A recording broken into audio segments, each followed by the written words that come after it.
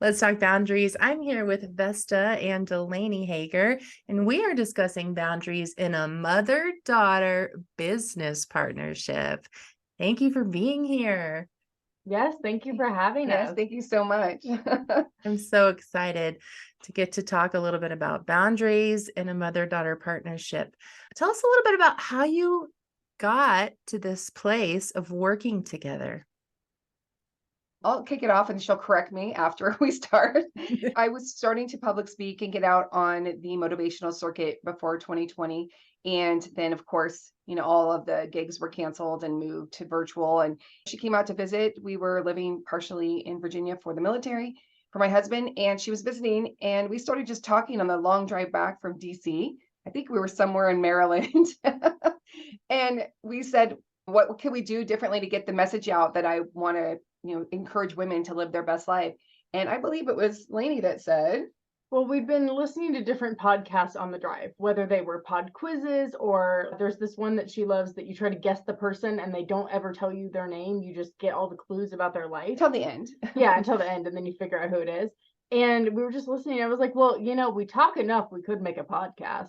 And I just said it as like an offhand, not going to listen. We're in the middle of, Maryland going somewhere. And she goes, we should. I was like, whoa, wait, what? I'm sorry. This trip has now turned into a work trip. This was not meant to be a work trip. So at the next stop, she jumped in the back seat and we pulled out our iPads and we wrote out everything we wanted for the next 6 months. Mm-hmm. And then a couple days later, she drives me from where they were at the Air Force Base to the airport, which was about a 40-minute drive. And on that drive, we were like, okay, well, when should we post? What should the first episode be? And we sat in the parking lot of the airport and recorded the very first episode. Yeah. That's amazing. I love that story. That's so interesting. So tell us a little bit about, first of all, your podcast. Who do you help? How do you help them? Tell me more. So we called the podcast the What's Next podcast because my ideal audience are women in transition from something that was keeping them from living the life they wanted to lead, whether it was responsibility, child rearing, a job they did but maybe didn't love, maybe a divorce. Lots of things were maybe preventing them from living that life. So we are all about the what's next. And based on the story that Lainey just retold, you can tell we're doers. So if you are listening to us, we really want to motivate you to get out there and start making the changes and the actions that will move you towards that life. And that's the goal. So we have a pillar system, 3 pillars that we rotate through for the podcast. Dream, figure out what your dream is and go for it. Whether you're dusting off an old dream or you have a new dream, decide you're going to do it, which is the shortest, but often the most challenging for people to commit to. There's a lot we talk about in that, in fact, about how to have accountability buddies and things like that. And then the doing, which is the easiest for us, obviously.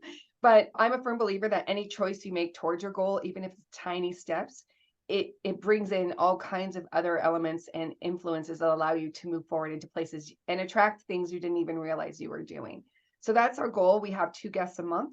And next year, we have so many wonderful people that we're moving to 3 guests a month. So we'll kick off the first one of the month. And we post right now on Fridays. Awesome.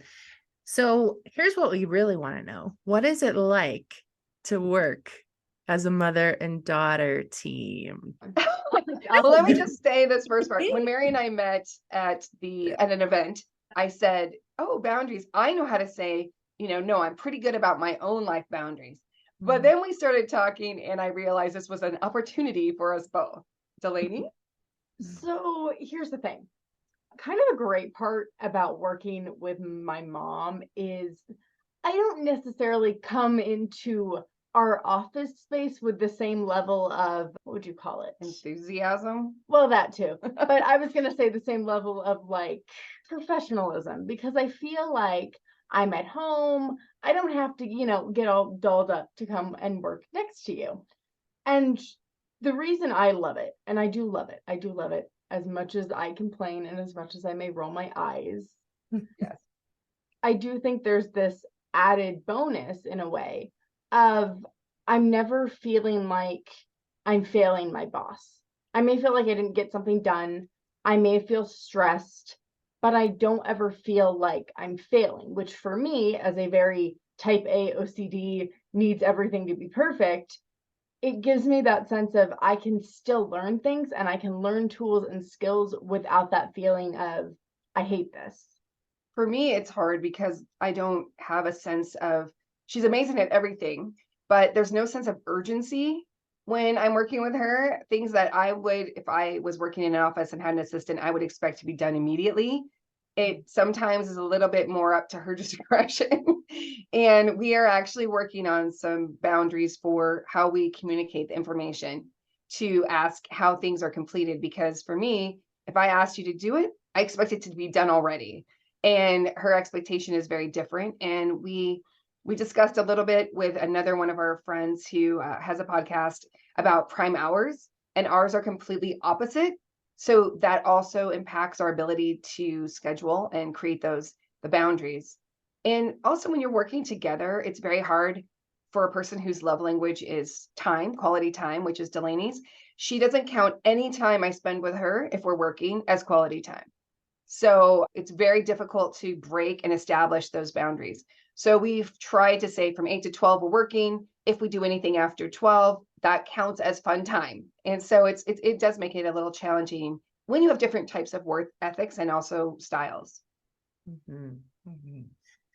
And if you could give advice to people who might be listening who are working with a family member, maybe even a mother-daughter team, what would be maybe your top tip for them? I say go for it, start young. If you are working in a business, let them be involved, especially if you have a connection with your daughter. I know a friend of ours has all boys and then one girl. So if you have that opportunity to build that early, let them feel a part of your success. It really is, it just changes your whole relationship, and it instills a sense of responsibility and respect very early in the relationship.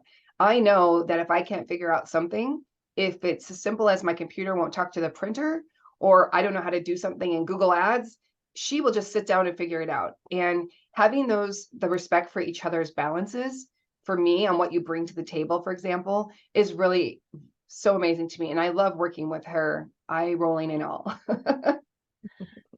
I think for me, my big thing would be, as much as she claims I don't have a sense of urgency, I've never missed a deadline that needed to be met.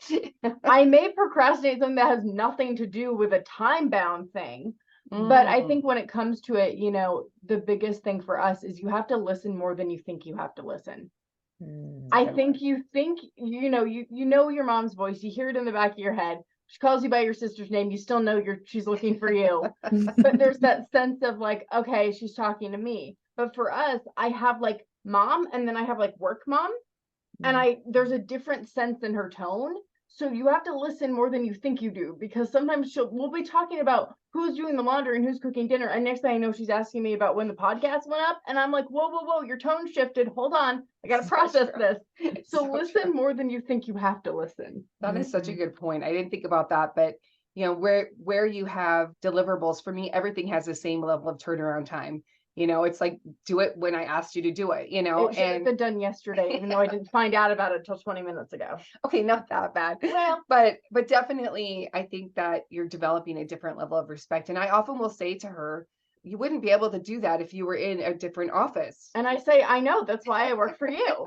I'm fully aware I could not act the way I act if I was in an office, but that's the reason why I don't work in an office. Oh my gosh, that is too funny.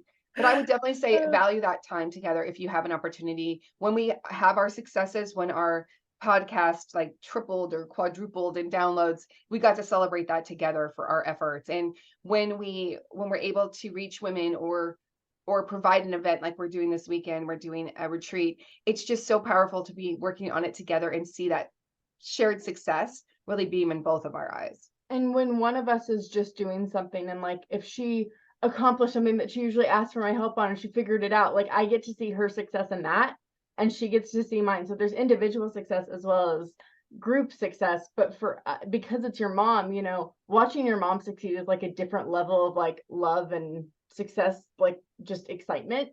And so it's like, it's just great to get to see that. But then also like we have successes together, and I get to be like, I did that with my mom, and like it's this fun thing. And no one believes me unless they know my mom. When I say I have a podcast with my mom, they're like, why would you do that? Like, I don't talk to my mom. I'm like, well, then listen, because I talk to mine a lot. So go listen. And if they know my mom, they're like, oh my God, that makes total sense. You guys talk all the time. We're like, we know. We turned it into something productive.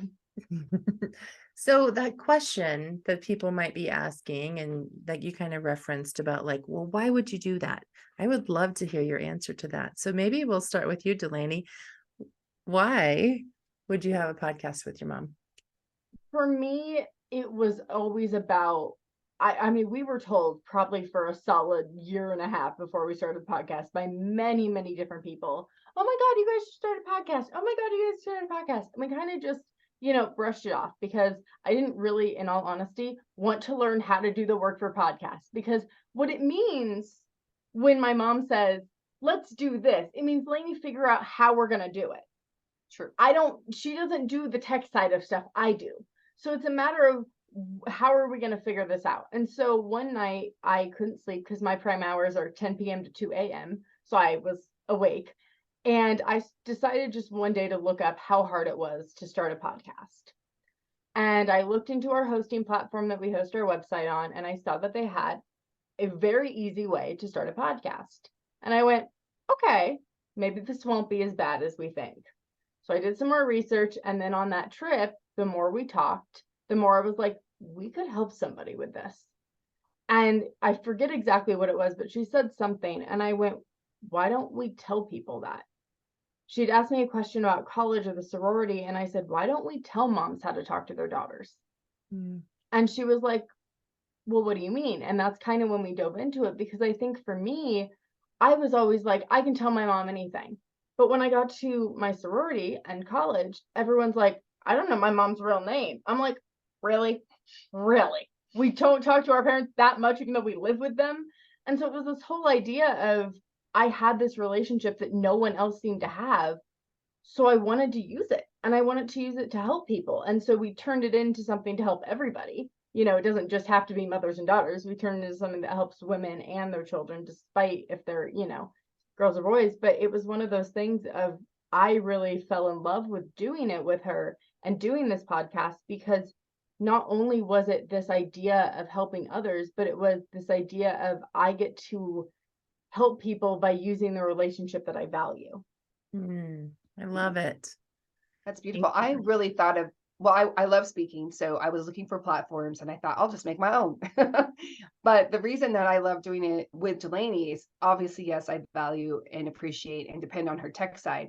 But I really wanted to model behavior for increasing the positive relationships and interactions as your children age up. And I think a lot of people continue to stay in a mother-child relationship with their adult children, which creates a negative situation for most people, especially if the children haven't moved out, which is a huge other issue, right? After college, she's still in college, she can stay. But a lot of people are experiencing this trend because of the price of everything and the cost and the jobs that everyone are doing are so different that kids aren't moving out, which is causing another whole section of issues. But in general, if you have a child that's going off to college or going off to do whatever they're doing after high school, it is very easy to continue to treat that as you need to call me on Sunday.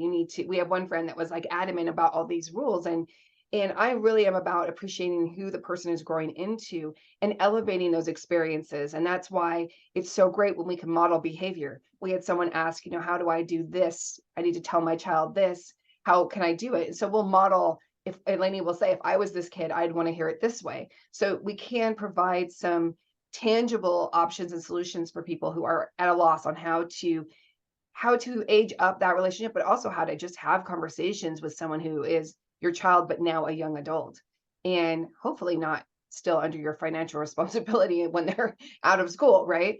And so I think that was really important for me to have that opportunity to do that. And also we really like being around each other. I'm very close with my mom as well. So I just feel like it was natural for us to do it together. Thank you so much. I really appreciate you being here and sharing your story. And if people want to reach out to you, what's the best way for them to reach you? Our Facebook and Instagram are always available. We have DMs and private messages as well as our website. Our Facebook page is the Next Academy and our Instagram page is the Next Nest Academy. Both of those have a link tree in their bio, and that link tree will take you to everywhere you could possibly want to go. It is set up to take you to our podcast as well as any of the experiences and offers that we have, as well as anything that we have done together. And it can also take you directly to Apple, Spotify, Google, or Amazon if you choose to listen to your podcast there as well. And then look, our website is super easy, Vesta Talks. So easy to remember.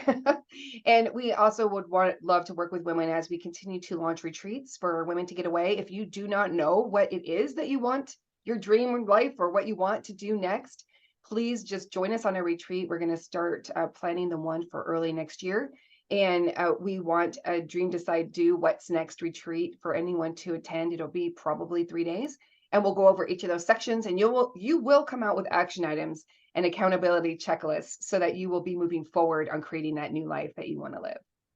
Awesome. Awesome. All right. Your final thoughts. What's your final thoughts for listeners about the possibility of working with a family member, maybe working with a mom or their daughter?